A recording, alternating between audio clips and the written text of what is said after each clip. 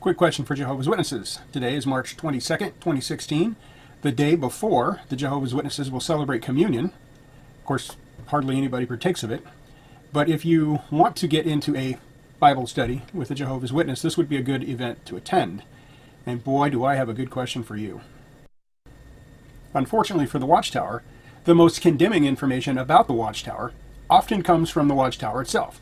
Such is the case with this little tract. This is the invitation for this year's memorial. It's titled, "You Will Be With Me in Paradise," and the little question underneath says, how will this promise be fulfilled? You can use this tract to get Jehovah's Witnesses to see a problem with their theology.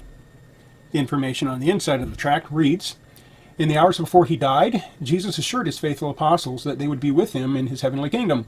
Luke 22:28 through 30. He later promised a condemned criminal, "You will be with me in paradise." Luke 23:43. How will those words come true? The fulfillment of both promises is possible because Jesus surrendered his life for mankind, even for sinners like that criminal. Jesus' sacrifice was so vital that he commanded his followers to commemorate it. Luke 22:19 and 20. This year, the anniversary of Jesus' death falls on Wednesday, March 23rd, 2016. Jehovah's Witnesses invite you to meet with them on that date to observe the memorial that Jesus instituted. You will hear an explanation of how his death can benefit you and your family.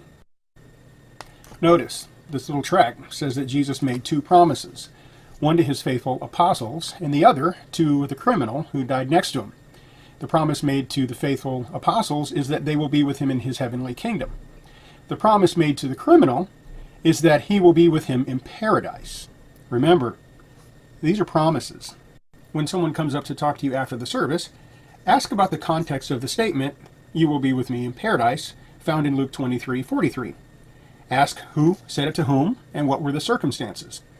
Then back up and read verses 39 through 43. Let's do that now. Luke chapter 23, verses 39 through 43. I'm going to read that off their website. It says, "Then one of the criminals hanging there began to speak abusively to him, saying, 'You are the Christ, are you not? Save yourself and us too.' In response, the other rebuked him, saying, 'Do you not fear God at all? Now that you have received the same judgment. And we rightly so, for we are getting back what we deserve for the things we did, but this man did nothing wrong.' Then he said, 'Jesus, remember me when you get into your kingdom.' And he said to him, 'Truly I tell you today, you will be with me in paradise.'" After reading these verses, point out that the speaker never really answered the question asked in the tract. Exactly how will the promise made to the criminal be fulfilled?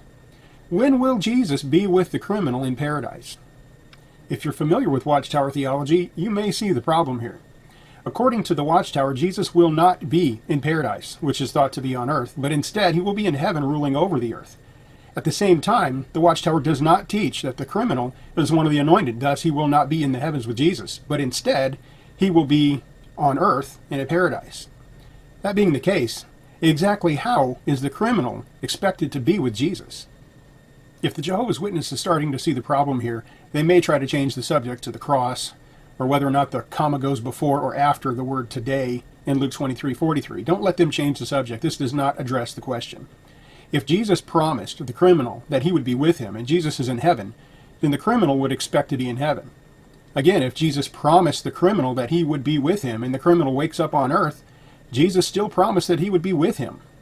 If this does not make the expected impact on the mind of the Jehovah's Witness, then ask them to place themselves in the position of the criminal.